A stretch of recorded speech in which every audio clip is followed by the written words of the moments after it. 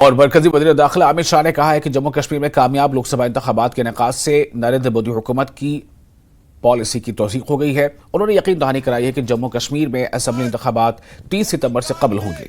अमित शाह ने मजीद कहा कि इंतखाबात खत्म होने के बाद मरकज के ज़ेर इंतजाम इलाके का रियासत का दर्जा बहाल करने का अमल शुरू कर दिया जाएगा। उन्होंने कहा कि मैंने पार्लियामेंट में कहा है कि असम्बली इंतखाबात के बाद रियासत का दर्जा बहाल करेंगे।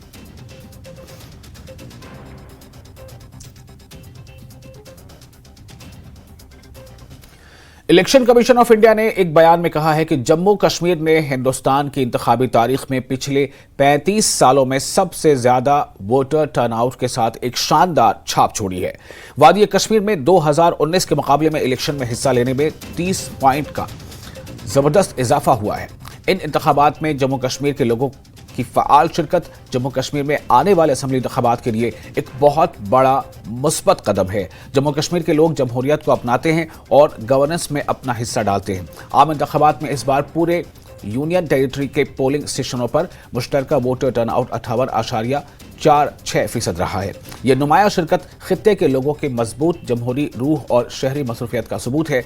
CEC राजीव कुमार की क़यादत में कमीशन ने ईसीज ज्ञानेश कुमार और सुखबीर सिंह सिद्धू के साथ पोलिंग अमले और सिक्योरिटी एहलकारों का यूटी में इंतखाबात के पुरअमन इनेकाद पर शुक्रिया अदा किया।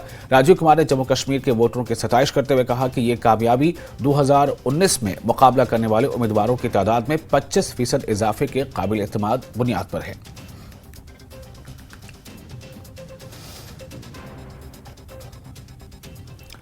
और इंडिया ब्लॉक के सरकर्दा लीडरान बशमुल नेशनल कॉन्फ्रेंस सदर डॉक्टर फारूक अब्दुल्ला और PDP सरबराह महबूबा मुफ्ती यकम जून को लोकसभा इंतखाबात में उनकी कारकर्दगी का जायजा लेने और नताइज से कबल अपनी हिकमत अमली तय करने के लिए मुलाकात करेंगे। मुजवजा इजलास दिल्ली में बुलाया जाएगा। ये इजलास यकम जून की दोपहर को होगा, जब पोलिंग का आखिरी मरहला होगा।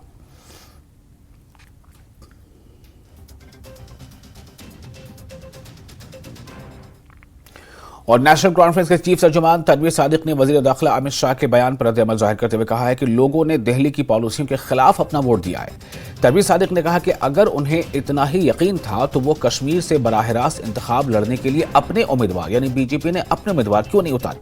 उन्होंने कहा कि रियासत का दर्जा हमारा हक है और जो हमें जल्द अज जल्द वापस मिलना चाहिए।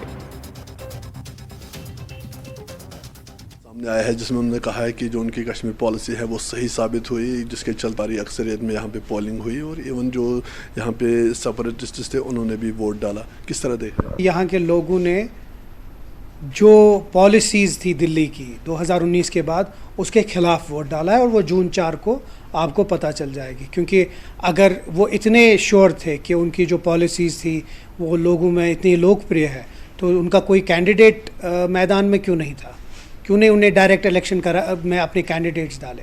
इससे पता चलता है कि एक तो उनको जानते थे कि जो लोग हैं जम्मू कश्मीर के वो उस फैसले के साथ नहीं हैं जो 2019 में हुआ और उसकी जो अक्कासी होगी वो जून 4 को आपको पता चलेगी। उन्होंने ये भी कहा है कि असेंबली इलेक्शन सितंबर 30 से पहले कराए जाएंगे और साथ ही उसके बाद जो है जो ही इलेक्शन खत्म होंगे तो उसके बाद स्टेट होल्ड्स को भी रजिस्टर करने की जो प्रोसेस है वो शुरू हो जाएगी। किस तरह?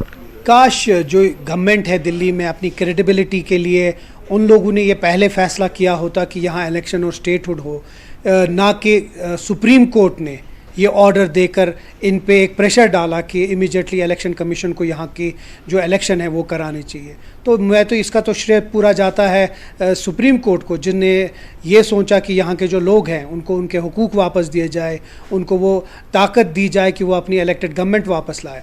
तो ये BJP का देन नहीं है, ये सुप्रीम कोर्ट ने इसमें फ़ैसला किया है और हम पूरी उम्मीद हैं कि जल्द से जल्द यहाँ इलेक्शन हो और जो स्टेटहुड की बात है वो हमारा हक है, वो हक हमें जितनी जल्दी हो सके उतनी जल्दी दे देना चाहिए। 4 जून को क्या एक्सपेक्टेशन है? इंडिया ब्लॉक को कहाँ पे देख रहे हैं? मुझे लगता है जो हलबल इस वक्त मची हुई है BJP क्वार्टर्स है तो उससे लगता ये है कि BJP एक मजबूत विकेट पे नहीं है जो पूरे मुल्क में लग रहा है।